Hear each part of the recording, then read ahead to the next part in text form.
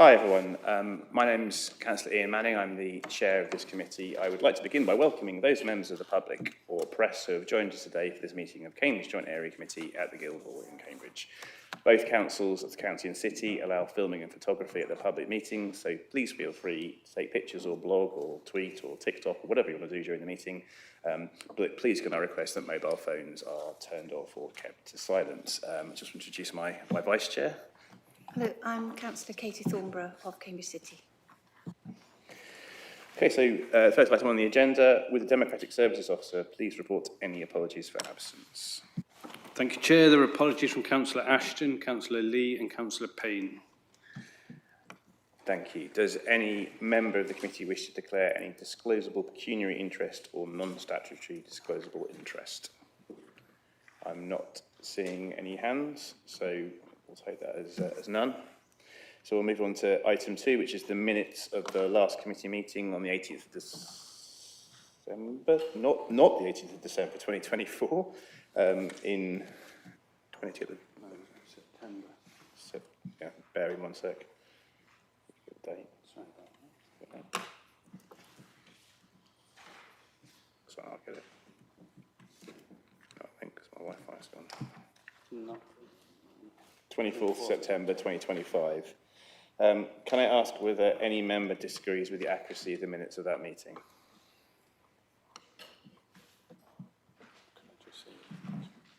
If I could just say, Chair, that the date on the minutes is actually incorrect. It says the 11th of June, so that will be corrected to the 24th of September. Thank you.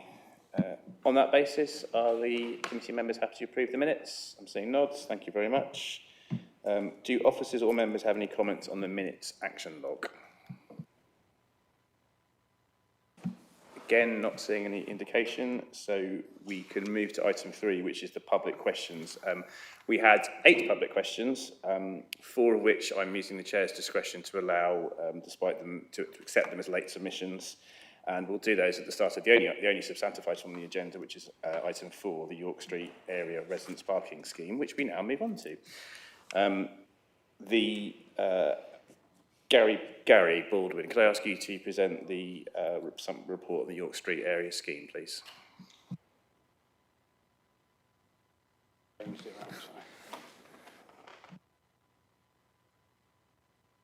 understand it's Nicola, you'll be reporting it instead.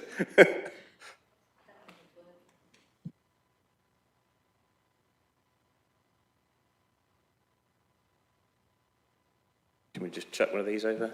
I think we need it for the public record, don't we? So, on top.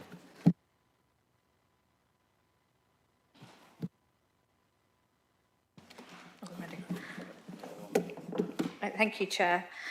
This report updates members on the proposed York Street Area Residence Parking Scheme, following the committee's decision on the 11th of June to recommend that officers explore potential amendments in the response to concerns raised. These concerns have now been completed. These considerations have now been completed. The updated proposal recommends implementing the scheme with 2 key amendments. The first is aligning the operational hours with the adjacent Petersfield residence parking scheme, which is Monday to Saturday 9 to 5, in line with concerns raised. And the second is the removal of double yellow lines in Ferrisford Place to retain additional parking spaces, again in line with concerns raised. The scheme aims to address long-standing parking pressures, improve road safety and support sustainable travel across Cambridgeshire. It reflects feedback from the public consultation and statutory Traffic Regulation Order TRO process and includes a commitment to a 6-month post-implementation review. Key points to note, the TRO process is not a referendum. Unlike a referendum which asks respondents to accept or reject a specific proposal, the TRO is a statutory procedure focused on reviewing and considering objections. Another point is that schemes are introduced on a zonal basis to offer greater flexibility and not on a street-by-street basis, while exemptions may be considered for isolated cul-de-sacs leading off main roads. Reduced operational hours will lower the cost of the annual residence permit, and the six-month review will assess post-implementation parking capacity and explore opportunities for additional facilities such as cycle racks. Thank you. Thank you very much, Nicola. We will now do the public speakers and questions. We're starting with Mr. Martin Lucas-Smith. If you want to approach the public questions. I don't think I need to tell you that it's the one in front. One in front.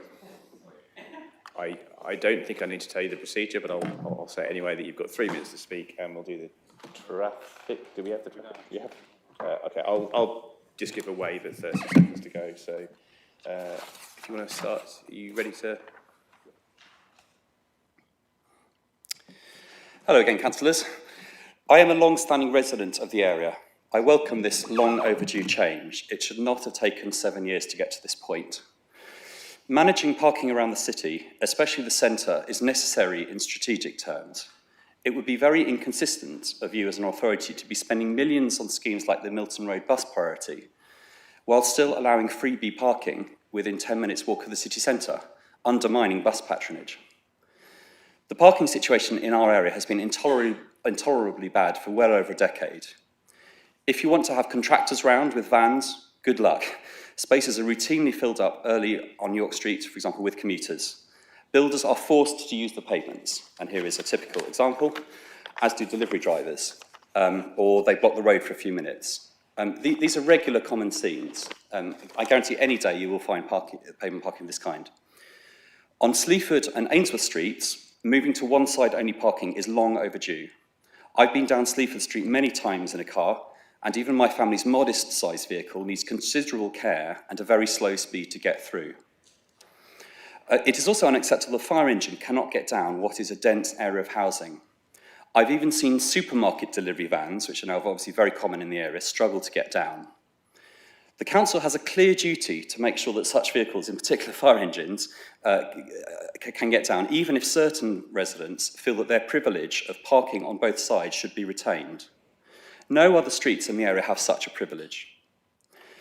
Petersfield has seen decades of ever-growing car ownership, taking up public space at the expense of everything else. This change at last starts to restore that balance. It is a shame still that the opportunity to incorporate more widespread cycle parking into the plans has not yet been taken, despite years of such requests, but I welcome that this could be looked at in the review period. There are many people, for example, who have little space indoors, or have visitors, or cargo bikes that can't go down alleyways. There is zero cycle parking for these people compared to the hundreds and hundreds of car parking spaces. This is a bizarre opposite of your own council's policy. It should be policy to review all spaces after 6 months. And where spaces are underused, they should be replaced with things like trees, seating, cycle parking, bin spaces, and so on, rather than enabling new car ownership, multiple cars to take place. And by adding bike parking spaces, that means that bikes can be taken off the pavements, which we should all welcome. Most relevantly, locally, the Beehive Centre change has just been confirmed yesterday by the Government Inspector, and that will mean that we'll start to see up to 5,000 extra employees starting to appear, with a lot of construction workers as well. There will be cars absolutely everywhere. Parking controls will be needed. So now is the time to sort this. No more can kicking, please, because you'll only be doing exactly the same thing in a year's time once problems start to occur. So please pass the change and ensure the review period adds bike parking and reallocates unused spaces within 6 months. These should be standard policy for all residents' parking schemes. Thank you, Mr. Lucas-Smith, you're over.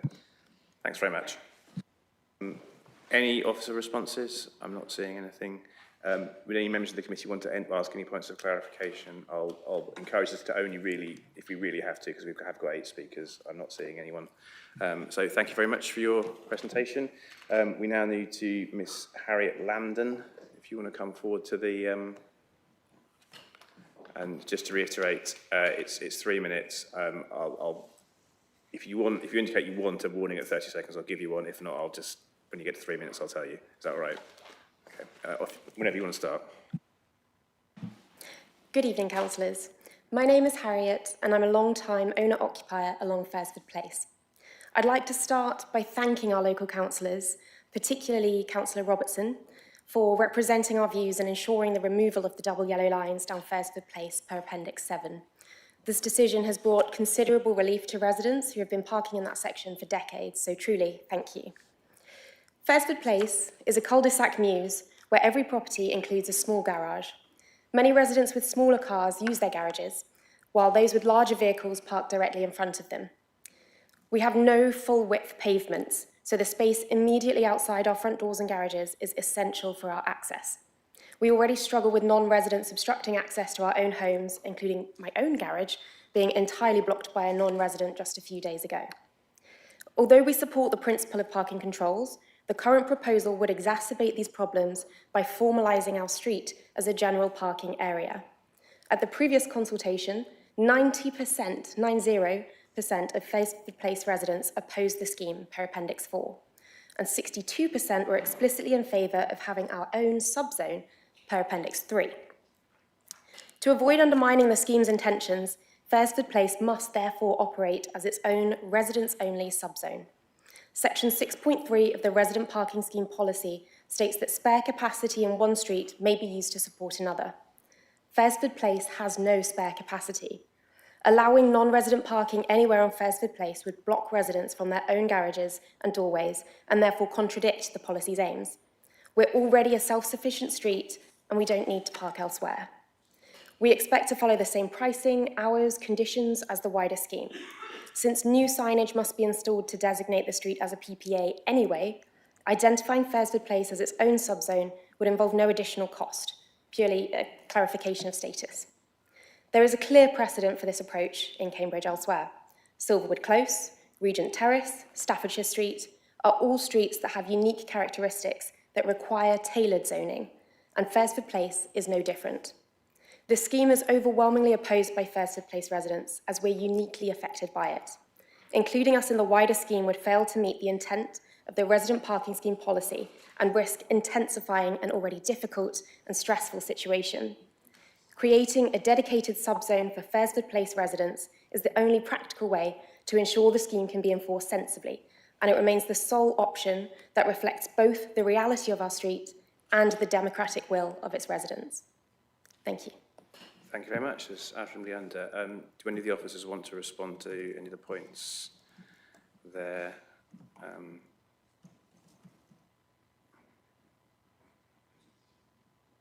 Perhaps suggesting just responding briefly to the point about Faresford Place on its own might be appropriate. Yeah, it is covered in the report to a degree. It's not within the parking policy to review and look at making individual schemes within the boundary zone that it is.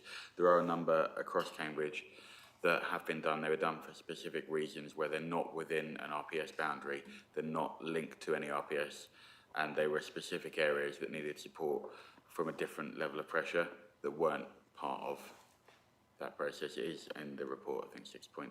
Thank you very much. Any councillors want to ask any points of clarification of the speaker? I'm not seeing anything. The officer, I've got a question for the officer. Yeah. So there is a 6 months review. So would Katie, we? I think we should probably give questions to the officers to keep to the debate because it might that's come. fine. I just want to give points of clarification to the speaker, and then we move to that's all right. Yeah. So no points of clarification. So thank you very much for your representation, and we'll move on to Dr. Anne McConville. Is Dr. Anne McConville here? Yep. Thank you. So.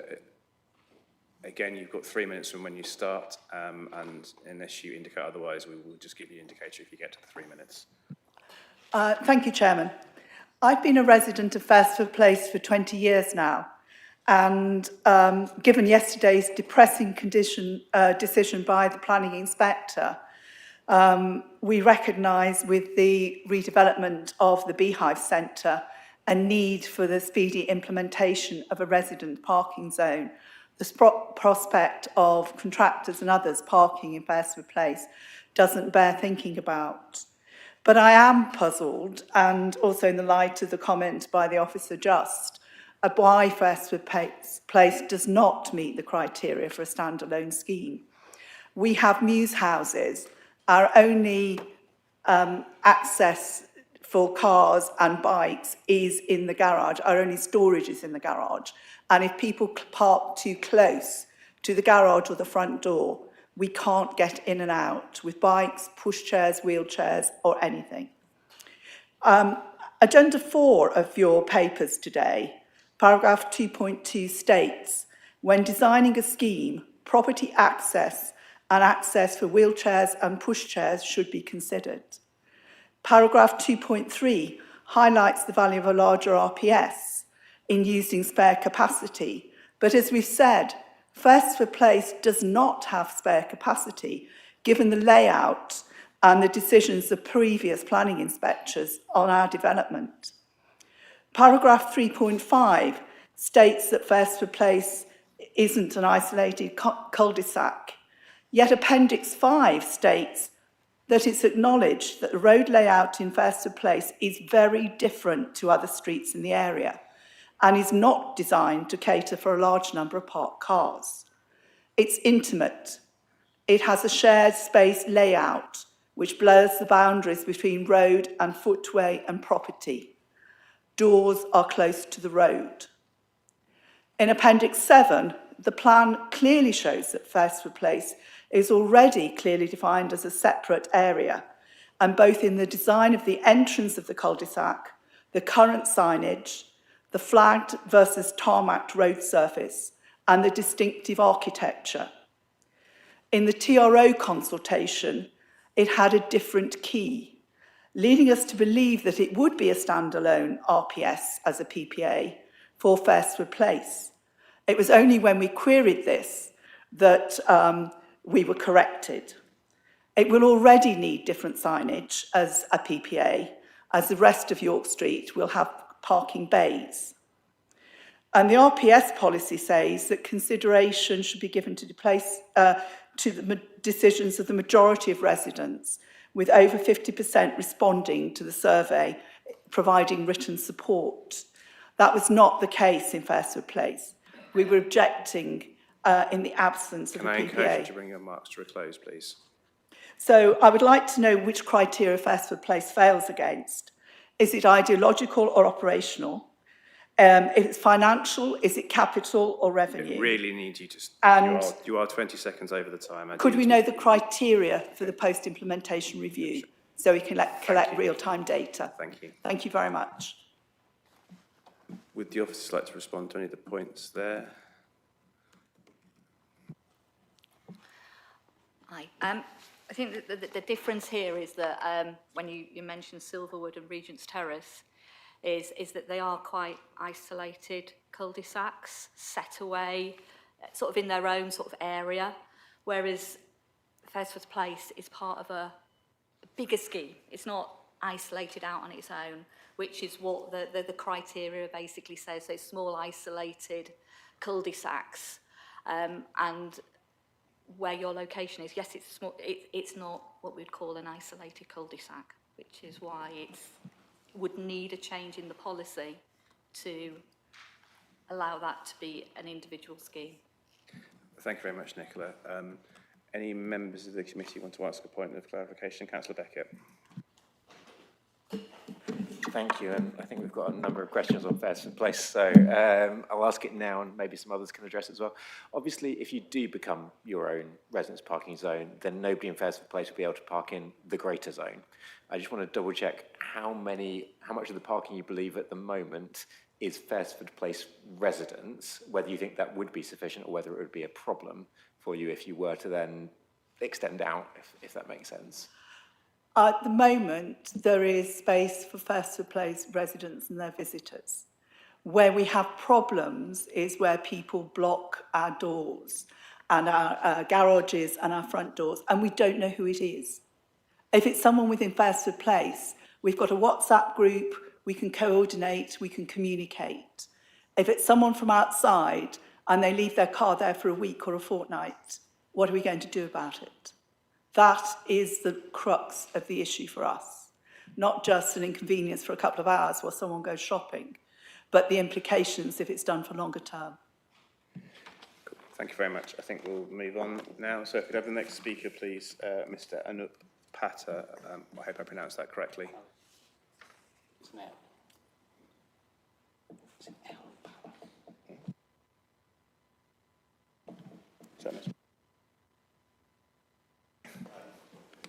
Right, so it's usual thing, 3 minutes from when you start, and I'll give you a warning near the end. Yeah, so thank you for letting me speak today, even though I show my frustration about how things have gone previously. So yeah, basically, we need the scheme to go ahead. Maybe with several changes from understanding what other people are saying, but for me, the scheme really does need to progress, because when I've bought my flat however many years ago, we tried to find buy a parking space as well. We weren't allowed. We had to opt for on-street parking. And where I live, around the New Street, Harvest Way area, that's always been very problematic for parking. And it's always been the case, except for when the pandemic hit, then all of a sudden, there's spaces galore. But in what's happening every day, day in, day out, is you have to time it correctly to get home, because during the day you've got the shoppers, workers in Cambridge, because hey, you've got free parking right in the centre of Cambridge. Why would people use Park and Ride and use the buses when they've got free options right on their doorstep of work? And then once they go home, you've got to be quick enough to get home and park up before the Travelodge premiering guests arrive. So it really is a struggle. And just to reiterate, it's just really frustrating, and I think going around in circles just to be able to park outside your own home, it's very frustrating. It's not what you should be having to do, and I think the permits on that street would help a great deal, so that it can stop the daytime workers, as well as I know the 9 till 5 may not stop the Travelodge guests, but I think again, there may be a need for that particular area to have extra operating hours to allow for the hotel guests not to take up spaces for residents so soon after finishing work. And then, what else do I want to talk about? Yeah, again, just to repeat myself again on Park and Ride, because that, to me, why on earth would people use Park and Ride if there's free parking on their doorstep? So I just want to, again, repeat myself again and again that this scheme does need to go ahead. I think the message is received. I don't think there's any need for comments from officers on this unless any disagree. Would any members of the committee want to want clarification? I'm not seeing it. Thank you very much. I just have one question. Sorry. Does the Travelodge have its own parking? Yeah, I don't know how many cars, but I know it's, I believe it's 10 to 15 cars, and if someone correct me, where there's nearly 300 rooms. Cool, thank you very much. Can I move to Dr. Steve Marsh, please? You've probably picked up on the drill by now, so when you start speaking, I'll start the timer.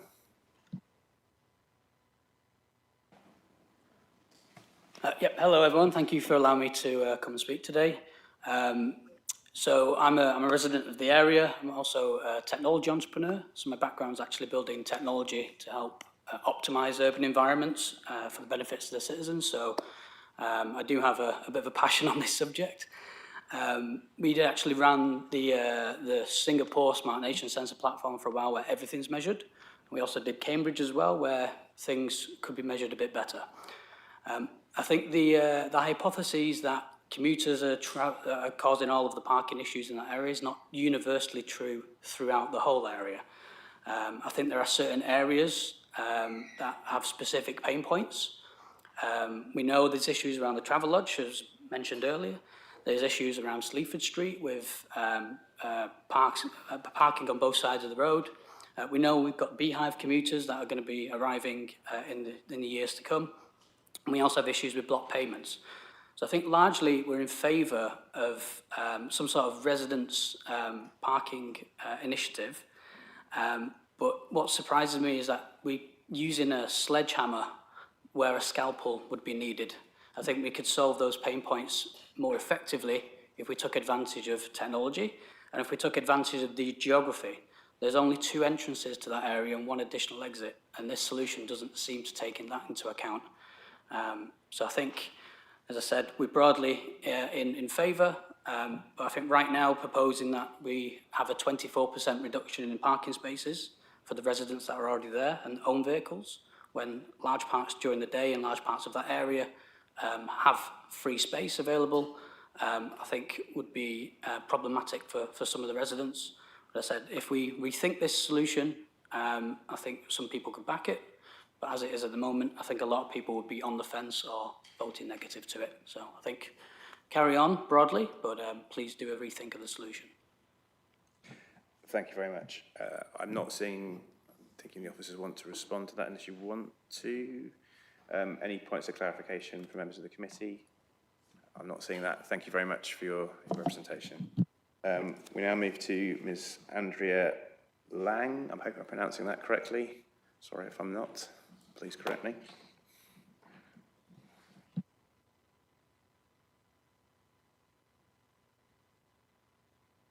Say that I wasn't aware of the amendments that had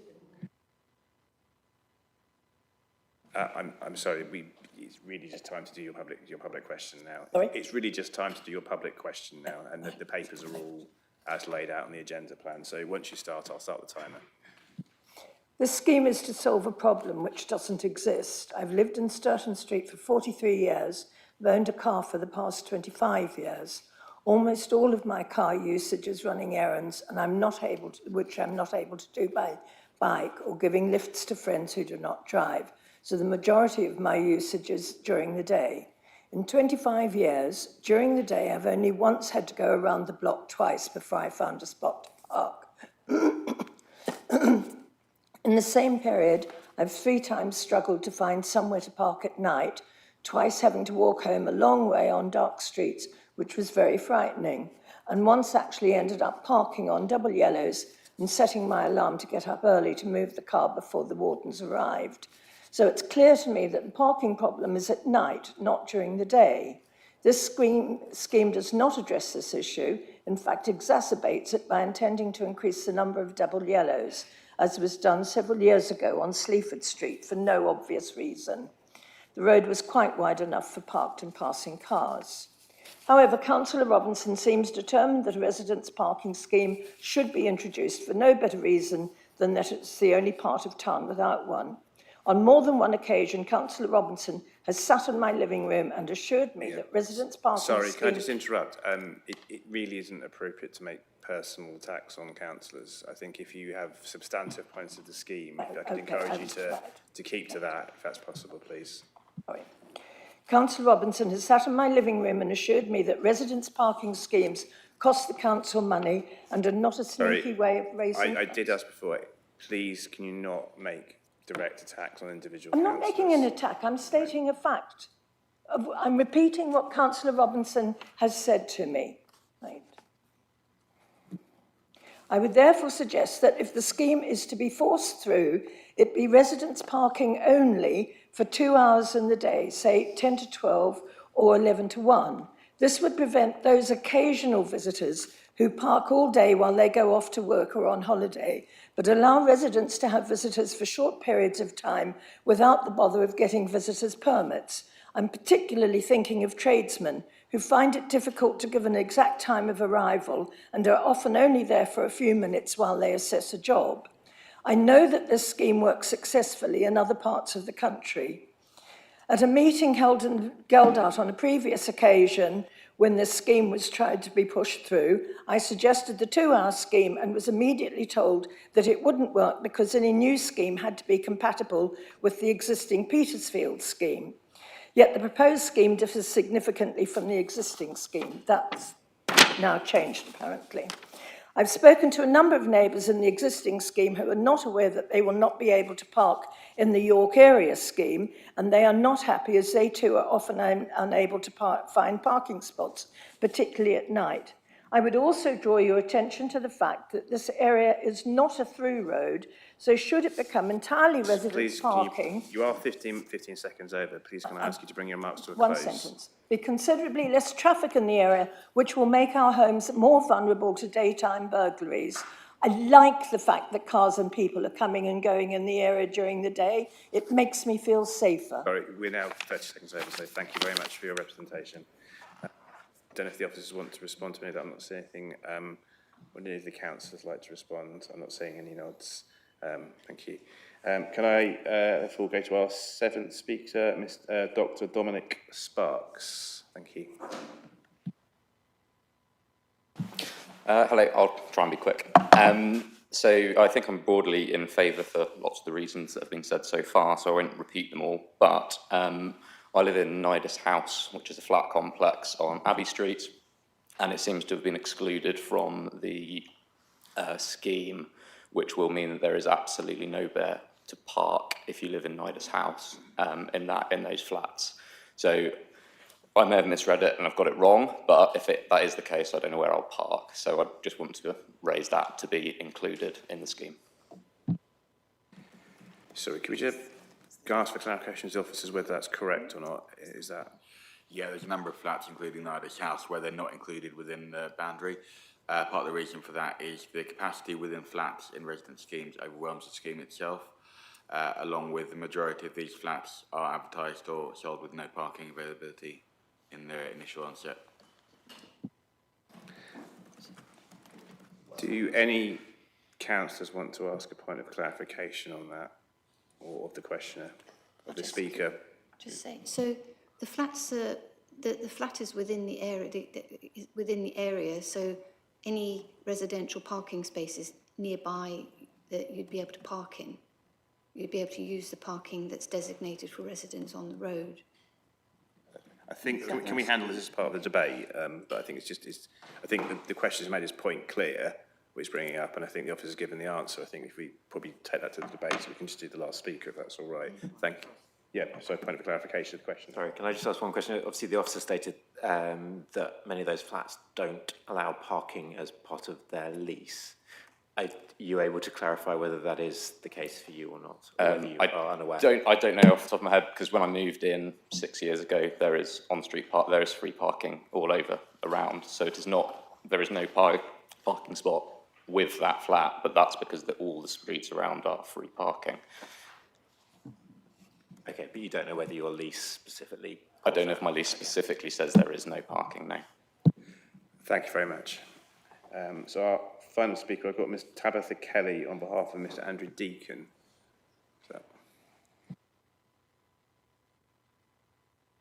Same drill. As soon as you start, I'll start the timer. Yeah, you need to press the little button so it goes red. Like that? Yeah, that's the one. Hi, my name's Tabitha Kelly, and I'm reading this for Andrew Deacon. We both live on Ainsworth Street with our son, cat, and a single hybrid vehicle. We all cycle. I'd like to register my strong objection to the scheme for the following 3 reasons. First, the consultation process underlying Point of order, Chair. Because you're leaning back, I can't hear you very well. Is it possible you could be a bit near the microphone? And Chair, could the time start again, if possible, to allow Tabitha to speak? I'll allow about 10 extra seconds anyway. So. First, the consultation process underlying the recommendation was plainly unlawful. Residents were not provided with sufficient information about the scheme to enable them to meaningfully engage in the consultation. That failure undermines the foundations of this entire decision-making process. It's surprising and disappointing that no effort has been made in the 6 months since the previous meeting, when the decision was adjourned, to address these defects. Second, this meeting is itself procedurally unfair. Not only were key documents, the new Equality Impact Assessment and Road Safety Report, produced just 5 working days ago, but I note with real concern that both the ARA objections letter of March 2025 and the parking stress data, which clearly demonstrate that the Ainsworth Street parking is not being abused by non-residents, have actually been removed from the documents now before the committee. As well as giving rise, at the very least, to an appearance of bias, it's unclear how councillors and members of the public are expected to engage in this process without appropriate materials. Third, the conclusions in the officer's report are unsustainable. Unfortunately, there are too many irrational and unsupportable inferences to address in the 3 minutes available to me. However, I highlight the following to give the committee a flavour of our concerns. A, the officers accept that they have not carried out modelling and accept their conclusions are not evidence-based. They suggest instead relying on consultation and beat counts to support decision-making. However, far from supporting their conclusions, these proxies weigh against it. 61% of residents are against the scheme, and the beat counts show no significant difference in parking stress during times when shoppers or commuters might be expected to be using our free parking. No explanation is given as to why the officers suggest that these data should be ignored. B, it's simply staggering that the safety impact of vehicles travelling at what is accepted will be increased speeds down a single-side parking Ainsworth Street was not assessed in detail. This is not academic. The committee may like to consider that the council's own data demonstrates that all accidents in the area over the last 7 years took place on roads with one-sided parking. Over the same period, not a single such accident was reported on Ainsworth, which has parking on both sides. Officers' failure to deal with this was perverse. C, despite the issue being raised 6 months ago and the weight that the officers appear to place on emergency access to Ainsworth Street, it appears that the committee has still not formally consulted with the fire department and instead relies on the false claim that fire engines cannot access Ainsworth Street. There's too much to say and too little time. My concerns have been set out in more detail in a pre-action letter served today. I ask for this decision to be postponed so as to enable decision makers to have a reasonable opportunity to consider those concerns and properly address them. Given the striking defects in the decision-making process and the seriousness of our concerns... Sorry, can I ask you, I have given you extra time, but can I ask you to bring your remarks to a close now? Should the committee decide today to recommend this scheme, it should expect a formal pre-action letter to be served and for judicial review proceedings to be commenced. Thank you. Thank you very much. Would any of the officers like to respond to some of the specific points raised? I mean, I'll just say that as committee chair, the published papers were all published when the committee, you know, I saw them all published, so... Sorry, are you referring to the two that I said were missing? No, I'm just referring to the papers I'm looking at as published on the agenda when the committee was, that was what was there now, so I'm just making that statement. I'm not trying to... are you saying in... this isn't the discussion, I'm making a comment and I'm asking the officers to respond I'm just saying that the two that I mentioned... I'm now asking the officers to respond to the comments made. Okay.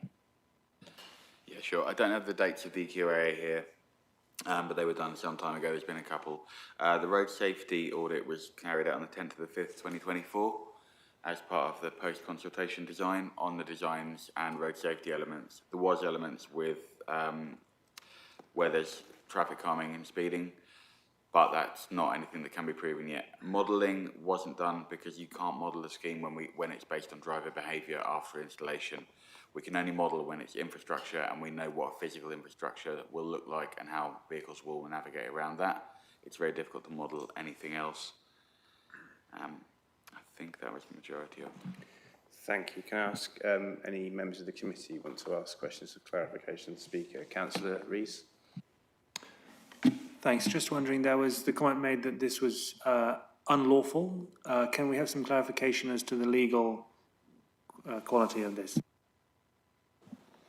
I'll let Gary do the TRO side of it. Within the consultation, the unlawfulness of the consultation, the formal consultation or engagement isn't the legal traffic regulation point. That's the consultation that goes out to the wider public that's followed on feedback as an engagement process. The TRO is the legal aspect, which Gary will be able to cover. Yeah, so effectively what we're saying is there's at least two rounds of consultation. The first one is a public engagement exercise, which James has just referred to, which is really to engage with residents to try and find out what their feedback is in terms of positivity or negativity. Following that, we then go on to the statutory procedure. Now, that is highly regulated, and there's certain things which we have to do. For example, putting a notice in the press and putting notices on street and that sort of thing. We did write to all of the residents in the whole area as part of that. But as we said in the paper, and as Nicola said at the beginning with the briefing, the TRO process is really about saying this is a council sort of recommended scheme, if you like, and this is the final opportunity for residents to object to it. So it's not at all unusual for us to get objections outweighing support, because the onus is on people objecting to the scheme if they don't like it. So we always make the point that the statutory thing is not a referendum, and so the fact that there isn't sort of widespread support at that stage is not really indicative of the whole support from the whole area. Councillor Rees, are you happy with the... Does that answer your question? Yeah, cool. Thank you very much for your representations. Before we actually... Sorry, we are now moving to... You have had your chance to speak, and we are now moving to the debate with members of the committee. Local members are offered the chance to speak. Many of you are actually members of the committee. Councillor Howett, do you wish to... bear with me a minute. Shall we get the notes up? Firstly, I thank all the constituents who've attended today, and many who have talked with me and with my city colleagues, Councillor Thornbury and Councillor Robertson, who are here, and our colleague, Councillor Davey. I think the representations we've heard today reflect the diversity of different views strongly held about this, and I acknowledge that there are very different views within the community about that. There have been occasions, happily not today, when there have been accusations of a lack of good faith on behalf of either us as elected members or the officers. And I just want to place on record that none of us as councillors have been intent on pushing this through or having an agenda. We've simply been trying to support our residents, and even today I absolutely attest that that is the case. And as far as the officers are concerned, neither have they. In fact, they have spent many, many hours in consultation meetings, additional meetings with residents that I personally have taken part in particular Mr. Hostler, and I'd like to place on record my thanks to him and his colleagues for undertaking the work in a really diligent way. As we've heard, Chair, today, there have been key mitigations that have been brought in since we deferred this in June. As far as Harris is concerned in Faresford Place, I know that the changes made are still not enough to carry all of the support. I'm not suggesting otherwise, but it shows we have listened. Removing the eligibility to take part in the parking area for those homes who already have dedicated spaces in the Ironworks development is going to make extra spaces available. The change in hours and days is going to save money, £26 cheaper. Please, officers, in your reply, confirm that. You've told me that in private. The real worry that exists, which I acknowledge, about speeding in Ainsworth Street, that this will be part of the review, and if it happens, that there can be further mitigating measures brought in. And I do say that the road safety audit has covered that, and so although I accept the fears are genuinely felt in Ainsworth Street, I hope that we can improve, not unimprove road safety there. The extra cycle parking provision, the fact that legal questions about the consultation have been examined and officers got their own legal opinion, and they are satisfied that the recommendations they make have fully consistent with the law, without disrespecting the fact that if some residents want to undertake a judicial review, that is their right. But that's the legal opinion available to the officers and through them to us. So it's reasonable for us to take a decision on that basis.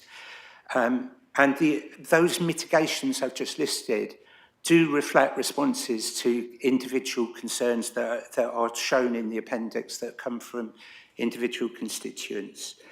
I'm not saying that significantly changes the percentages in favour and against. It's difficult to say that, and we've examined that with officers.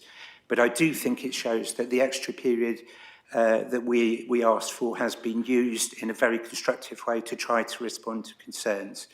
I acknowledge that the Ainsworth Area Residents Association would like a further delay, and they've said that to me, but I am balancing in my own mind the inordinate delays. It's now 3 years that we've been doing this, and the strong feelings from those who want this scheme, and I believe that the last 6 months have been sufficient delay. Finally, Chair, what leads me to come to my conclusion, because I think when there are balanced forces out there in all directions, you have to examine your own conscience. And there are two things in my conscience that have helped tip the balance for me. One is we know, because of the Beehive Centre and development of the Grafton Centre, the pressure on extra spaces is going to be far greater in years to come than even it is today. I think what Mr Hostler has said, that 3 years of work will not be done in another 6 months' time or another 12 months' time. There are others queuing up for their schemes to be reviewed. And it's probably going to be 10 years' time when the next opportunity to bring a scheme in would come. And for that reason, I do think that the responsible thing is to support the scheme as officers propose. The second issue is the fire issue. If a fire engine can't get to a fire in 6 months or 12 months' time and someone dies, then we will be responsible for that, because we have the opportunity to avoid that by what we do today. And I accept it's unpopular with many residents in Ainsworth Street. But in my view, the fire access issue is a crucial issue. And we got the officers, with thanks to my colleague, Councillor Thornborough, to remeasure the road. And you see it in the report, the dimensions of the fire engines and what is needed in order for them to navigate it. And that is a very, very influential factor for me in coming to a conclusion about that. So although I know it's going to be unpopular with some people, not just here, but in the division, my judgment is it is right to go ahead with this in line with the officer's recommendation. And I will listen to the rest of the debate, but it's my intention to vote in favour, having listened to it, unless other things are said in the debate that cause me to think otherwise. Thank you. Thank you, Councillor Howard. That's a very balanced explanation. Next, in terms of local members, I have Councillor Tong. So, to give my preliminary thoughts, I share a lot of the same views as Councillor Howitt, which is that, well, we don't want to wait around. We do want to see progress made on this. It has been a really long time coming.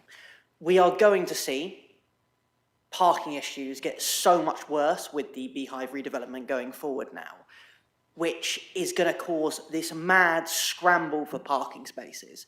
And unless we take action, it's quite likely we get to a situation where barely anyone living in the area can get parking spaces at all. So something does need to be done. We also have to keep in mind that back in 2023, people were broadly favourable about this scheme. However, there are some concerns that have been mentioned, and I think, although, like Councillor Howitt, I'm broadly positive, what I want to think about is what can we do to tweak this, especially when it comes to the review in 6 months' time. So a couple of the points that really resonated with me were, firstly, could something be done about Faresford Place? I think the arguments put forward were done so very, very civilly, and there seems to be a real desire to try and work with officers to make something more positive here. So I know we've made some progress on this front already. Could anything more be done? I also really want to address the comments made by Mr. Sparks, who I definitely share those views. I really don't want people to end up being excluded just because they live in a block of flats. I don't want us just to be catering for people with houses. I think it's really important that we try and be fair and we try and be equitable. So what could be done to address this issue? Could we potentially allow people who are living in Nidus House to apply for this scheme? That seems to me the only possible fair option. I think I'm going to ask the officers to, if you can respond to that now. I mean, would it require re-advertising the TRO, for example?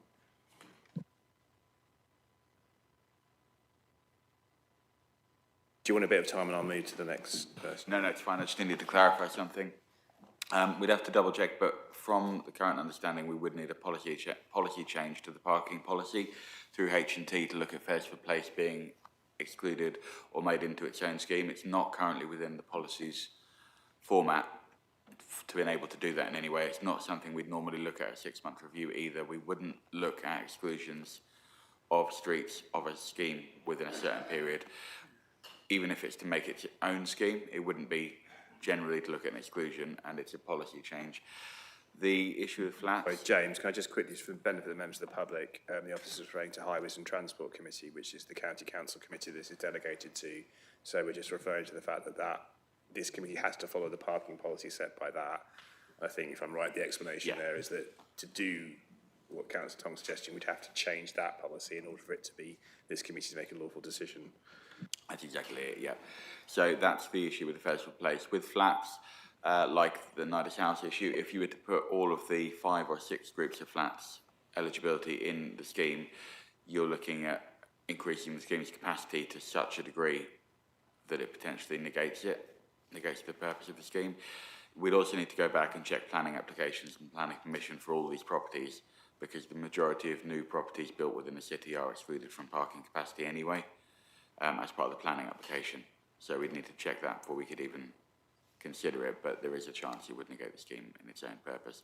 The 6-month review does look at minor amendments that can be done within the scheme and minor improvements based on feedback we receive and councillor review, and looking at the area, how it's worked, how it's improved, and what options there are. There are multiple minor options that can be done. Councillor Tong, did you want to come back at all? Or? I think that answers my question. One thing I did want to slightly note is I feel if trying to be more inclusive when it comes to allowing everyone to use that scheme, if that unearths problems within the scheme, I do wonder if the scheme is perhaps flawed to begin with. One thing I do want to follow up on is, just to get this explicitly, is trying to include these residences within the scheme the type of thing that could happen at that 6-month review? Because it's a TRO, it's potential that it could be, but it's very, very unlikely, because generally with this capacity of people within those properties, it is a side effect of a scheme, but when you look at the way the city is built, the capacity on the highway is what we're working with. The capacity on the highway doesn't really change. We can make amendments, but it doesn't change massive capacity. When you're looking at residence parking schemes and the number of flats within there, the capacity within such a small constricted area well exceeds any highway capacity that would be on carriageway. So any scheme you put in, if you're to include large areas of flats, negates the purpose of the scheme purely because of carriageway widths and parking capacity. Thank you. I'd like to move on if it's okay. Next, we've got Councillor Robertson, if you wanted to make a point as a local member. Thank you. It's clear from going around the streets, talking to residents in the area, that majority of them, I have found, very much in favour of having the parking restrictions. There are specific areas where there are problems. Nobody's going to deny that. But they've suffered for so many years of being almost the nearest place to the city centre without any parking restrictions on it at all. And that shows up in the way they complain to us about the issue. The two, Ainsworth Place and Fairfield Place, both are deemed to be appropriate for this PPA type parking zone. They both have got these garages facing onto parking, and they manage them very well, as has been described by the residents here. They manage them very well, but they too are at the moment face the occasional somebody parking in their street and being there for longer than anybody knows. So the issues with them, I've tried to reassure them that the additional residence parking that will be provided on Sturton Street, primarily where all the pay and display will become residence parking, that should have an impact on taking any pressure off Faresford and Abbey Walk up to that. And there's also, interestingly, residents further up Sturton Street tell me that some of them who are not in the existing Petersfield zone park in what will become the New York zone and pay without obviously having to pay for a permit. That will not be possible in future. So those cars, again, will be moved out of the new zone because they will no longer be eligible to park there. So again, I think there will be some extra space. A lot of detailed work has been done on these plans over the time, and we have found additional parking spaces which work double yellows at the moment. I think there's a set of 4 or 5 opposite the entrance to Kerridge Close on Sturton Street. These are additional parking spaces that didn't exist before.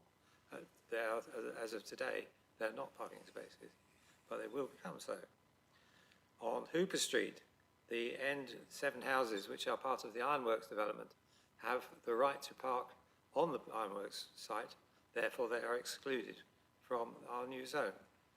And again, there's hope that some of the parking that will be lost on Ainsworth Street will be able to make use of that. There is the likelihood that we as you have gathered, we tried measuring the road again just to check for ourselves that there really was not the width that is required by the fire service. And the fire service have experience of difficulty getting a fire engine down that street when there was actually a fire, not a serious one, fortunately. And then we also got the fact that of the objectors in Ainsworth Street, there were 51 objectors, 15 in favour though. Sorry, 51 responses, of which 15 were in favour of the scheme. So it's not the case that everybody in Ainsworth Street is opposed to it.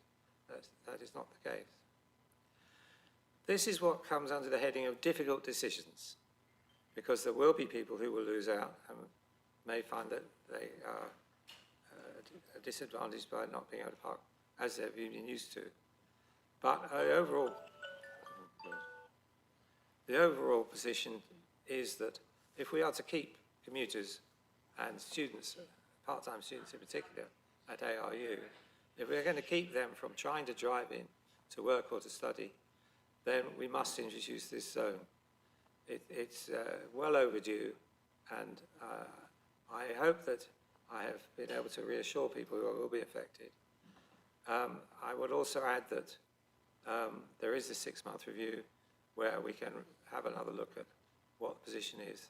If it does turn out to be possible to change it, then we will. Finally, if Ainsworth Street does have one-sided parking, there is a real risk of speeding by vehicles travelling through that street, that part of the street. And I have suggested that there should be possible to build out planting beds on the edge of this side of the road, which will be vacated from parking. In order to slow down the vehicles, we have no evidence of a problem. We won't get one until the parking scheme comes in. But that is an example of what we can do at 6-month stage if it turns out to be a problem. I know the people of Ainsworth Street would love to have some more planting on their area. Well, this is a possible solution to that. I think that's all I need to want to say now. Thank you very much, Councillor Robertson. We'll move to Councillor Thornborough. Thank you. I forgot to say at the beginning that I actually live within this area. So I think I mentioned this last time. I live within the permit area. Yeah. So I just think this is very similar to the Milton Road residence scheme, where there's some support, and those who are in opposition were had very good reasons to be against the scheme, and it is very, very difficult. This is really difficult, and I actually think the process is a bit unsatisfactory, and I hadn't realised how complicated it was to get anything changed on the streets of Cambridge until I was involved in looking at the TRO. And I think we're stuck with some things. Like the number of, I'd like to change some other things, like the width of cars that we're getting, because cars are getting wider and seem to be getting wider and heavier, and we're not controlling those. And in our narrow streets, that does cause a problem, because they stick out, or if they're parked badly, it does cause, where they are narrow, it makes it really difficult. And in some of these streets, I've seen wing mirrors being taken off as well. We're not controlling that. We're not talking about that, and we're not talking about the number of permits that in residential areas people are able to have. That's set policy as well. And I know that if everyone only had one car, one permit plus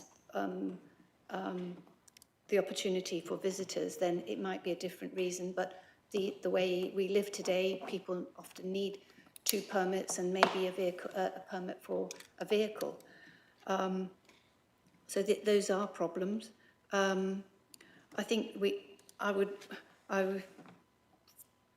think there are other issues that I think we should try and get sorted out at the same time. I think I wish we could include the potholes and getting the surface repaired and the uneven pavements repaired, because this is really, really needed in this area. I am worried that there is a lot of cycling down Ainsworth Street now, but also Sturton Street and Gwyder Street, and there is a lot of people walking up to the Travel Lodge at the north of this area, and quite often people are using the streets to walk on because there are bins and obstructions on the pavements. So it's really, the whole area has issues which we're not going to resolve, even with sorting out, even with adjusting the parking in this area. And I wish we could have a look and look back about the process and the consultations and the information that went out. Because when you know how this works, it's easier. But when you don't know how it works, you don't know what to expect, you don't know what to ask for, can we learn from this where people have had objections? I'm sure we can. I'm sure we can, as councillors, we can somehow inform people more and make sure the process is absolutely clear from day one this starts to when it's going to be finished. So I'm still thinking, I'm still listening. I have one very specific question, if you don't mind. It's at the very entrance to Faresford Place, there's that zone is shown by hatching. There's double yellow lines on either side of that road, but there's a new double yellow lines, but there's a gap between the hatched area and the double yellow lines. And we know that if there's any unmarked zone, someone will go and park on it. So I just wonder if that is correct, or whether the double yellow lines need to be extended a bit. Otherwise, that could be a place where people will pavement park. There won't be yellow lines, and that may cause an obstruction. So apart from that, that's all I want to say. Thank you. Do you want to respond to that straight away, or? Yeah, that's fine. The double yellow lines on there go up to the start of the PPA. So within the PPA, there's no double yellow lines within Faresford Place. So after that point, it's a parking area. In other words, there isn't a gap of nothingness. No. It flows from the double yellow line straight into the permit parking area. There's a gap between the shading and the double yellow lines, which is probably just the way CAD was drawn. From the double yellow line point onwards, there's a PPA under the TRO. So can I just say, so with the signage for that PPA area needs to be absolutely clear that it starts where the double yellow lines end, so that people the signs start have at the double yellow line point. I'm sorry. So if they mentioned about if someone with a parking permit from outside the area goes and parks in Faresford Place and blocks them, will they be able to report that someone with a parking ticket has blocked their front door? No, it was something that was discussed before we put in the PPA, that there is the possibility of putting a PPA in there at request of residents from the consultation. But as a response to the PPA, what that means is that anyone from the scheme can park anywhere with it. There isn't protection on areas where we would normally put double yellow lines. But even with a standard scheme, with a standard bay, anyone could park in the bay if we were to put a bay in front of that property. The only way to protect it is drop curbs or double yellow lines. I think if this does come through, I think the 6 months review and making sure that we work with residents so that every single issue that is apparent during the 6 months review is noted as and when it happens. Thank you. Thank you. The other two local members are Councillor Bennett and Councillor Howard. I don't see them present. So we now, unfortunately, this is just debate amongst the committee now. I'm really sorry. I can see there's some of it in the hand up in the public gallery. Are there any members of the committee, obviously noting that councillors who are already speaking can speak again, but I'm seeing Councillor Beckett. Thank you very much, Councillor Manning. So, firstly, residents parking and decisions in council are always challenging when they're like this, when they, you know, unfortunately, no matter what we do here, there will be some people that will be disappointed. I don't think there is a way that we can do this in such a way that it will make absolutely everybody happy, and therefore, as councillors, the job of us is to try and judge what we've been elected for, what our own moral compass is with the responses from people.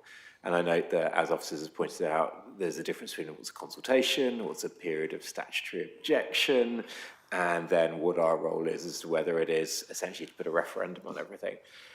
This one is tricky, and the responses to it demonstrate that. On balance, it seems to come out a bit equal. Where there are issues here, though, is looking at the responses. It seems that Fesford, in particular, has a large amount of responses, and those responses are worried about the scheme and the impact of it. In particular, I really sympathise with the residents of that area and the concerns around parking their garages in, parking their front doors in. Nobody wants to be able to not get out of their houses. So my first question is, you've just responded to Councillor Thornborough there about, you know, that people can park anywhere. Is there any ability to add sort of keep clear markings in front of garages and front doors where it would be blocking people in? Obviously, WO lines is difficult, but is there other ways that we can address the, you know, parking people into their houses? There is. So you can use access protection markings in front of the garages, which would then, in effect, act as a dropped curb, I think. I'll have to double check from a legislative point, but I think it would enforce them as a dropped curb, prohibit anyone from the person whose garage it is from parking there, but then that would only be enforced upon request to parking services initially, because when they do the patrols, they've got no way of knowing whose vehicle it is there. But it's something we would need to check, because I'm not sure how an APM works on dropped curb access on a garage as opposed to a driveway. Okay, I think that's something we should probably look into. I understand the officer's concerns about the sizes of parking areas as well, and having, I know there's an extra admin burden to having many, many different residence parking zones, so and the fact that this would probably need a reconsultation to the TRO, which is why at this moment I'm minded to keep Fairford in the scheme, as per the original recommendations. But I do think we need to keep that very much under review and what happens there. And I think the 6-month review will be really clear to see what happens there. I can really understand why residents will be very nervous about it to start with. What will be the test will be whether those nerves turn into reality or not, whether it is an area that sees lots of problem parking. And if it is an area that sees lots of problem parking, then clearly we need to look again at that and find out what is going on there and what the possible solutions are, be it keep clear signs, be it a completely different residence zone. So I'd really support us really keeping a firm eye on that one. In terms of the other resident that was talking about, is it Midas House, did you say? Midas House. That also concerns me, particularly in regards to what the lease says and what the planning restrictions are. I would really like us to go away and look at what the restrictions are, because if somebody has a house that then suddenly is allowed no parking, if that was in the planning restrictions originally, then obviously that is understandable. If that wasn't in the planning restrictions, it isn't in their lease, I think we probably need to look into whether they could be included within the area. I know that our current policy does allow exceptions approved by our exec director, so there might be a possibility to be able to look at that depending on what that says. In general, though, I do realise the difficulty of this. As Councillor Thornborough said, you know, there are large problems with vehicles getting wider and wider, which leads to more and more problems for fire engines getting through to houses. I do think that this is a worthwhile scheme and a thing that we need to look at. My own compass on this is that we should be looking to make sure that residents are able to park in front of their own houses while in generally combating some of the other issues that come with it. So I am minded to support this scheme and will be voting for it. but with those caveats of please can we look again at Faresford, keep a real close eye on it, and also look at the situation in Midas House. Thank you. Thank you, Councillor Beckett. I don't think there's a need for officer response there. Had Councillor Robinson indicated you wanted to speak again? I was just going to comment on the Faresford Place position. My understanding is that the way the garages are laid out, many of the garages are not actually used as garages, but even if they are, there has to be space on the other side of the road as well as the one outside the garage. Otherwise, the car can't get out. Now, the residents are adept at managing all this, and I actually think that they will gain from the zone because any parking restrictions, any cars that are parked in there will be identifiable as whether they're have got a permit or not. At the moment, any stray car gets in there cannot be identified so easily. So I believe that I hope I've been able to reassure them that the system will work out to their benefit, but it remains to be seen, as we know. But we'd be grateful if we keep an eye on it. Thank you. Thank you. Just to contribute myself as a member of the committee, residence parking schemes are brutal things when you're a councillor because you're balancing principles you might have around trying to manage car ownership and car proliferation and the problems caused by that sometimes with the practicalities of residents' lives and the fact that we don't have, we're not like America, we don't have lovely grid systems where every road is built equally. We have nooks and crannies and roads. I do think that speaking as a committee, we have listened to the objections. We did, I moved a deferral from the chair last time that the committee supported to give councillors an extra time to sort of look at this again. You may not agree with the conclusions we reached, but we have tried to listen. I have a lot of sympathy with, I think it was Dr. Marsh who mentioned the technology point. There were several members of the committee who are technologists. One who's a technology entrepreneur, not me, I'm looking at Councillor Beckett, but obviously the technology is there. Unfortunately, the technology is ahead of the legislation in terms of how we can implement these schemes. It's ironically we can geofence cows in the city, but we can't geofence parking schemes easily. It's a shame, that's a real shame we can't. And I sympathise a lot with the point about the flat ownership. I myself used to live on an estate that had restricted covenants, so you couldn't have any residence parking at all, despite it being a clear need and there only being one car parking space per property. But I think I'm kind of, having struggled with this a lot, I'm leaning from what Councillor Howett said, that this has taken, I think you said 3 years to get to this point, and there's been a real effort to try and balance, as Councillor Roberts says, balance all these competing interests out. There's no such thing as a good residence parking scheme. Councillor Thornborough, I think you're completely right in the point around something I've discussed with officers before about something more as a councils we can do that goes a bit beyond the roles that the officers have, because they have to do the statutory bits around expectation management about what residence parking schemes can mean and what all the compromises are. But I think I am persuaded by Councillor Howett that I'm minded to vote for this, but I'm very interested to hear what he's got to say. I've got Councillor and then Councillor Rees afterwards. Very briefly, I just wanted to thank Councillor Beckett for his contribution. And like him, I've heard officers say today they're prepared to check the planning arrangements on Midas House and the other flats. And I've heard them say today that they're going to look at different solutions, including drop curbs, in relation to access to the garages in Faresford Place. And as long as Nick Mills tells us we're allowed to ask for this, I'd like to see that in the minutes as some further action before the final decision is endorsed. I think it can go in the minutes. I don't think there's an issue with that because you've said it and we're minuting it, so I think that's clear. Councillor Rees.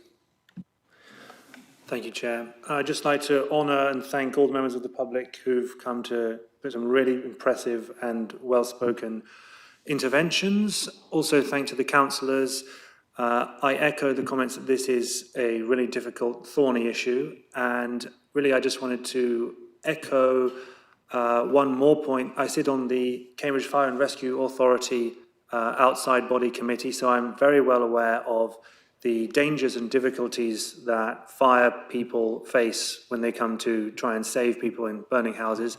So I echo Councillor Howitt's point about that making this accessible for fire engines is really important.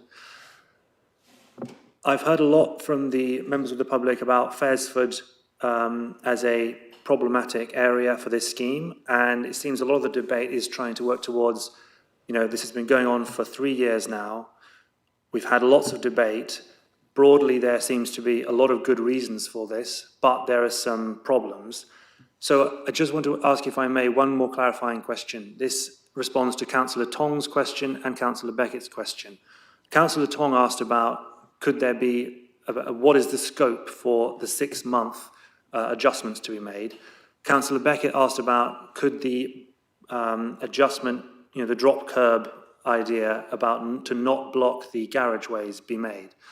Can I ask, that, and I'm not sure from your response, is that kind of drop curb adjustment for Faresford, would that class as something that could be incorporated as an adjustment and after the 6 months, or would that also require this huge policy change? So if you could just advise on that, that would be much appreciated. Thank you. Yeah, that could potentially be done.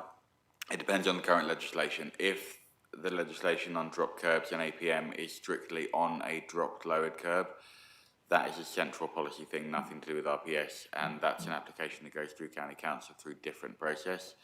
We'll have to check the process. If it is allowed for garage access to have an APM, which I think it might be, then it's something that can be done as part of that, and so can the flat inclusion if there's capacity shown and there's no planning permissions at that point. Can I suggest that what we've got to do here as a committee is vote on what we've got in front of us? We can't, all these things, obviously, these very small areas are things we all could have brought up with officers in advance and given them time to check. I think ultimately we've got to make a decision to support, abstain or vote against on the basis of what we've got in front of us now and what we've heard. Councillor Beckett, did you want to make a... I was just going to make a very similar point, having seen judicial reviews in the past, that just to be clear, I am voting on what is put before us in the paper. While I would like us to do the extra work and look into it, that my vote is on what's in the paper, just in case this ever gets anywhere else. I've got Councillor Thornbury to speak as well, but I'd like to kind of move to a vote after that unless anyone else desperately wants to speak. So Councillor Thornbury, do you want to...